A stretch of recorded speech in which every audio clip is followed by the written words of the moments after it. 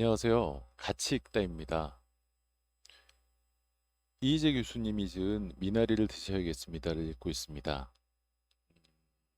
건강을 회복한 분들에 대한 또 건강이 호전된 분들에 대한 어떤 증상들이 좋아지는 분들에 대한 사례들을 읽고 있습니다. 오늘 한번 같이 읽어볼게요. 아토피네요.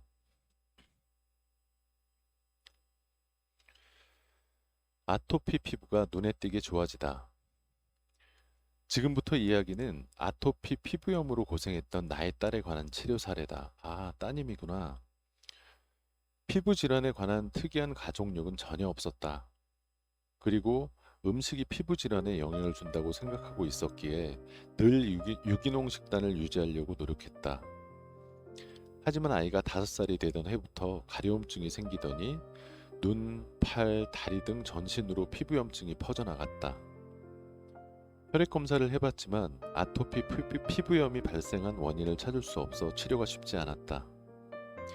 딸을 진단해 보니 간과 대장이 다소 약했고 이로 인해 장 기능이 저하되어 아토피 피부염이 생겼을 것으로 판단되었다. 한약으로 치료하고 수근차도 함께 먹였다. 3개월 정도 지나자 피부가 서서히 좋아지기 시작했다. 그러나 아이가 초등학교에 입학하면서 아토피 증상이 다시 나타났다. 과거에 생겼던 전신 아토피 피부염과 다르게 팔꿈치 안쪽, 오금 등 피부가 접히는 부위에만 아토피 증상이 나타났다. 언제든지 전신으로 퍼질지 모른다는 걱정이 앞섰다. 학교라는 새로운 환경 때문에 생긴 스트레스가 아이에게 영향을 끼친 것이다. 급식에 의한 식생활의 변화 또한 무시할 수 없는 원인이었다. 이번에는 수근차만 복용하도록 했다. 하루에 3회씩 5주간 수근차를 주었다. 또한 일주일에 1~2차례 미나리 끓인 물로 목욕을 시켰다. 아토피 피부염 증상이 눈에 띄게 좋아졌다. 예전의 악몽이 다시 재현될 것이라는 걱정 또한 빠르게 사라졌다. 미나리의 항염 작용이 아토피를 유발시키는 피부염에 분명 효과적인 영향을 끼친 것이다.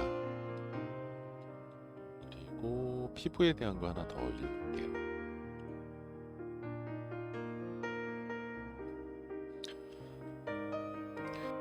참을 수 없는 가려움, 지루성 피부염이 좋아지다.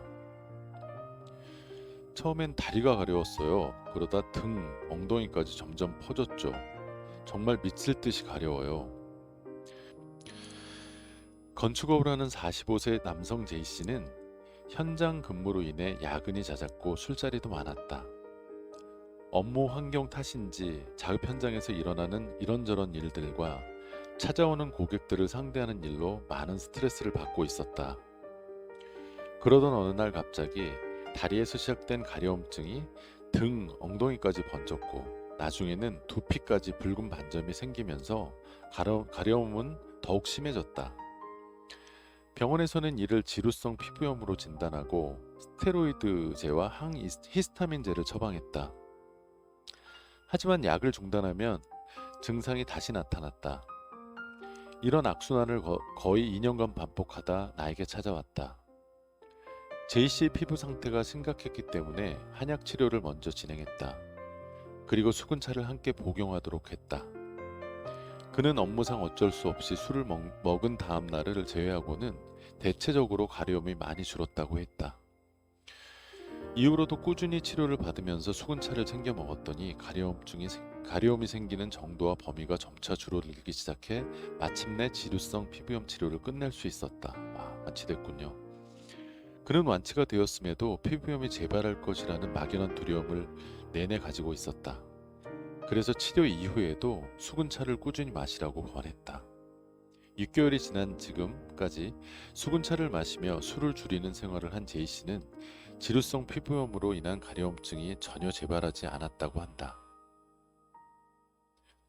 같이 읽다 이희재 교수가 쓴 미나리를 드셔야 되겠습니다. 오늘은 아토피하고 지루성 피부염이 좋아지는 완치된 상황에 대한 거를 읽어봤습니다.